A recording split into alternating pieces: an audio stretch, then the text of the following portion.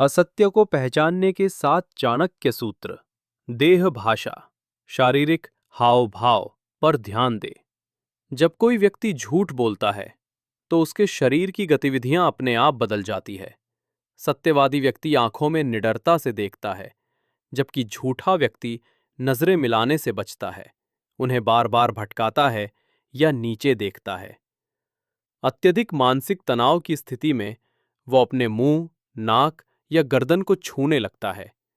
इसके अलावा पैरों को लगातार हिलाना या कुर्सी पर बेचैनी से बार बार बैठने की मुद्रा बदलना भीतरी घबराहट का स्पष्ट प्रमाण है। वाणी के उतार चढ़ाव को बारीकी से समझें। असत्य कथन के दौरान वक्ता की आवाज में एक अस्वाभाविक अस्थिरता आ जाती है। यदि कोई सामान्य स्वर में बात करते हुए किसी विशेष प्रश्न पर अचानक तेज, धीमी या कर्कश आवाज में बोलने लगे, तो ये उसकी बेचैनी दर्शाता है। बातचीत में बार बार अटकना, जैसे हम, मतलब जैसे शब्द दोहराना या अपनी बात को जरूरत से ज्यादा दोहराना, ये दर्शाता है कि वो स्वयं को भी अपने गढ़े हुए झूठ पर विश्वास दिलाने का प्रयास कर रहा है। धोखा पहचानने की कला, अवलोकन और विवेक।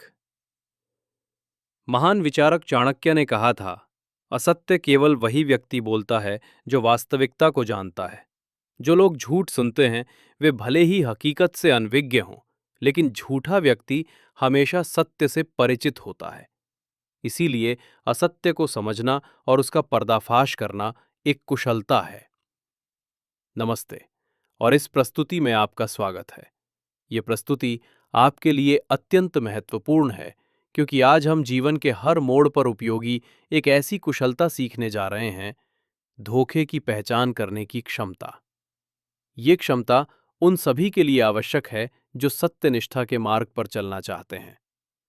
इस प्रस्तुति में हम जानेंगे कि आप किस प्रकार असत्य को आसानी से पहचान सकते हैं, किन शारीरिक संकेतों पर ध्यान केंद्रित करना चाहिए और किन एहतियाती कदमों का पालन करना चाहिए। चंद्रगुप्त और आचार्य का आकलन। सर्वप्रथम मैं आपको चाणक्य और उनके छात्र चंद्रगुप्त की एक कथा सुनाना चाहता हूं।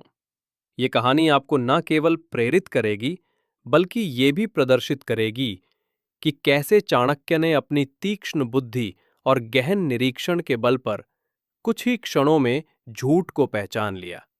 एक अवसर पर चंद्रगुप्त अपने गुरु चाणक्य के समक्ष उपस्थित हुए।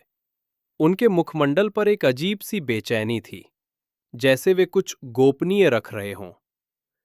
चाणक्य ने उन्हें देखते हुए शांत स्वर में पूछा, चंद्रगुप्त, क्या विषय है? तुम्हारा मन आज इतना शांत क्यों नहीं है? चंद्रगुप्त ने बनावटी मुस्कान के साथ उत्तर दिया, गुरुदेव, कुछ नहीं, मैं तो बस युद्ध की तैयारियों में व्यस्त था। सब कुछ सामान्य है। किंतु चाणक्य ने ध्यान दिया कि चंद्रगुप्त की मुस्कान में कृत्रिमता थी और उनकी वाणी में हल्का सा कंपन। चाणक्य ने मुस्कुराते हुए कहा, चंद्रगुप्त, तुम मेरे शिष्य हो। तुम्हें मुझसे कुछ भी छिपाने की आवश्यकता नहीं है।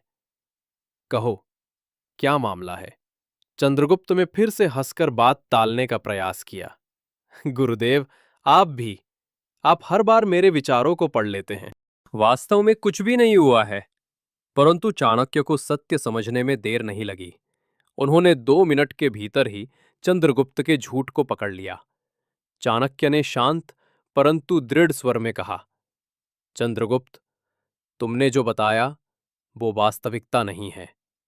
तुमने पिछली रात एक गुप्त सम्मेलन किया था, जिसमें तुमने कुछ सैनिकों के साथ मिलकर एक रणनीति बनाई, और उस रणनीति को तुम मुझसे छिपा रहे हो। क्या मेरा आकलन सही है?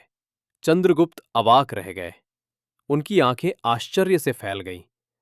उन्होंने साहस जुटाकर कहा, गुरुदेव, मैंने तो बड़े आत्मविश्वास के साथ असत्य कहा था। आपने इतनी सरलता से कैसे पहचान लिया? कृपया मुझे ये कला सिखाइए।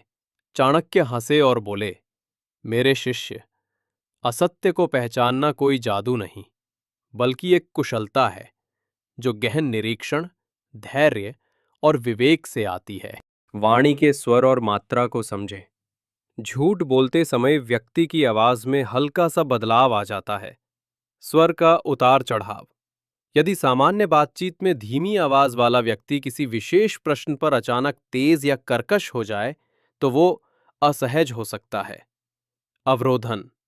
आवाज में अचानक रुकावट आना या बात को बार बार दोहराना असत्य का लक्षण है। आवाज का कंपन। घबराया हुआ झूठा व्यक्ति अपनी आवाज को स्थिर नहीं रख पाता। मानक 3।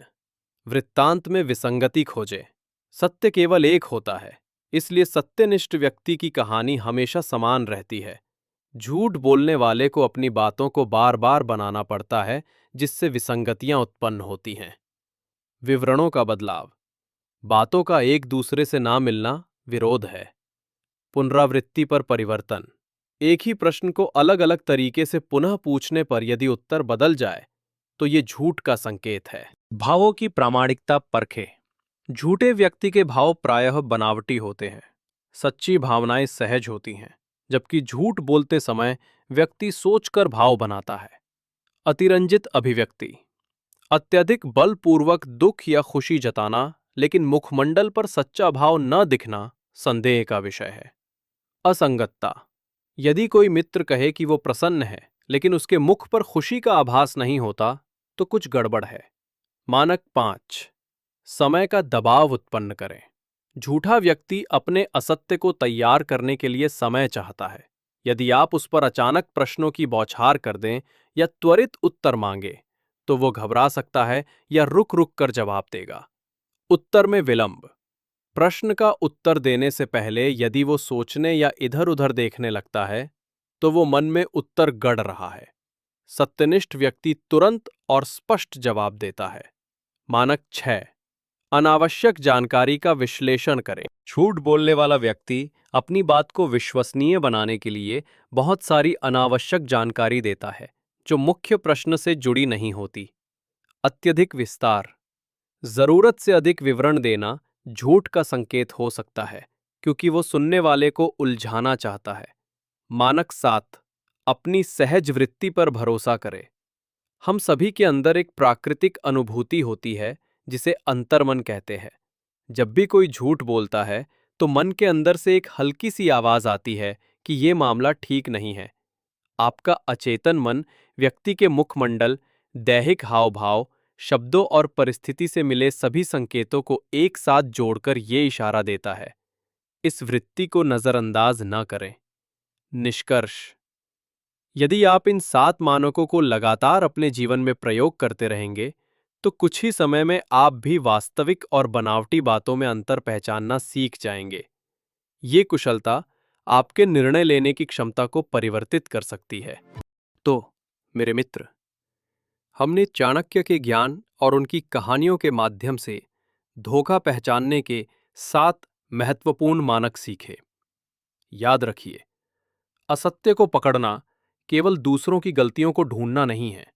ये एक ऐसा साधन है जो आपको आत्म सुरक्षा देता है और सत्यनिष्ठा के साथ जीवन जीने की शक्ति प्रदान करता है।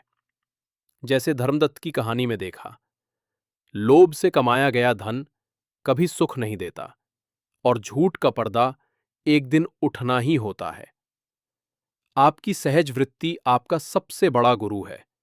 अब आप जानते हैं कि शारीरिक हाव भाव, आवाज का कंपन और कहानी में विरोधाभास, ये सभी असत्य के छिपे हुए संकेत हैं। इस कुशलता को अपने जीवन में लागू करें, लेकिन विवेक और तटस्थता के साथ। किसी भी निष्कर्ष पर पहुंचने से पहले हमेशा सभी मानकों को एक साथ परखें।